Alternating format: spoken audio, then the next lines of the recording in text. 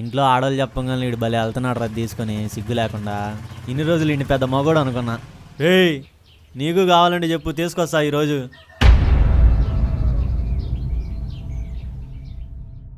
మా అమ్మకో అక్కకో కాదు, ఇంకెవరికరా? నువ్వు ఉంచుకున్న దానికా? మా అమ్మకు పుట్టకపోయినా మా అక్కలా భావించే మీ అక్కకురా. నిన్ను తీసుకురమ్మంటే నేను మగాడిని తేనని చెప్పావంట. సిగ్గు లేకుండా ఎన్నో పనులు చేసే నీకు ఇది తీసుకురావడానికి ఎందుకురా సిగ్గు?